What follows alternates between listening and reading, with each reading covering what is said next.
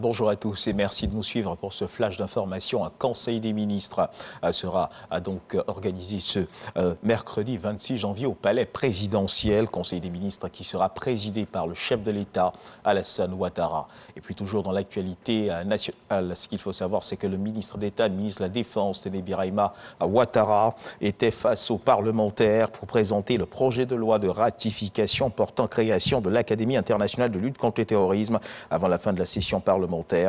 Ce projet de création de la dite académie qui vise à éradiquer la menace terroriste a été adopté par les membres de la commission défense et sécurité de l'Assemblée nationale. Le ministre de l'économie et des finances a procédé hier mardi dans l'après-midi au plateau à l'ouverture des travaux de la mission du FMI en Côte d'Ivoire, le Fonds monétaire international. Cette mission qui va prendre fin le 3 février prochain a pour objectif d'évaluer le programme économique et financier PEF de la Côte d'Ivoire. Ce qu'il faut également savoir, c'est que le ministre de la promotion des PME, de l'artisanat et de la transformation du secteur informel, Félix Anoblé, était l'invité de la tribune du journal Le Patriote. En présence de toute la presse, Félix Anoblé a fait l'état des lieux de la mise en œuvre de ces actions. Il a par ailleurs relevé les difficultés rencontrées par les PME et les artisans et a dégagé les perspectives 2022 de son département ministériel. Le reportage est signé Cheikh Koné.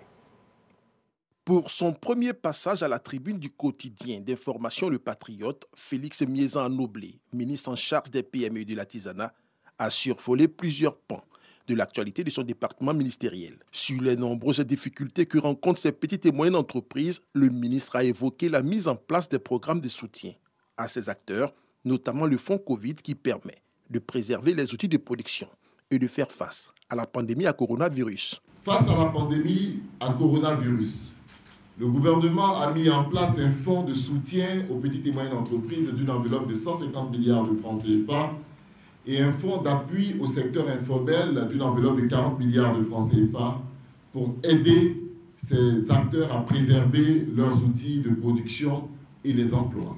Grâce au statut de l'entrepreneur, l'État a pris des mesures pour faire reculer de manière significative l'ombre de l'informalité qui gangrène les petites et moyennes entreprises et le secteur de l'artisanat, afin de les rendre plus compétitifs et prospères pour une contribution efficiente à l'économie nationale.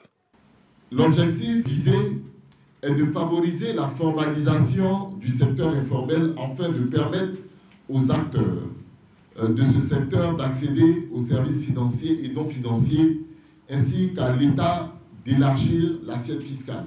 Le nombre d'attestations délivrées est passé de 82 à 380 sur les 16 992 entrepreneurs enregistrés. Pour les prochains mois, le ministre Anoblé Félix a fait l'annonce de la création de 14 marchés de l'artisanat sur toute l'étendue du territoire national, d'une valeur de plus de 80 milliards de francs CFA. Un reportage de Cheikh Koné dans l'actualité internationale au Burkina Faso. Dans la journée d'hier, donc, a été marquée par des manifestations de soutien au coup d'État survenu il y a quelques jours dans le pays.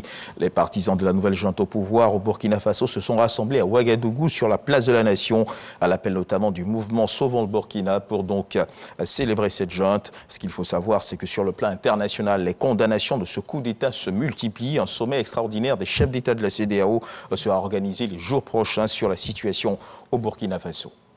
Et puis au Mexique, ce qu'il faut également savoir, c'est que plusieurs manifestations ont été enregistrées dans tout le pays après des assassinats de journalistes. Quelques jours après le meurtre de Lourdes Maldonado, une reporter mexicaine à Tijuana.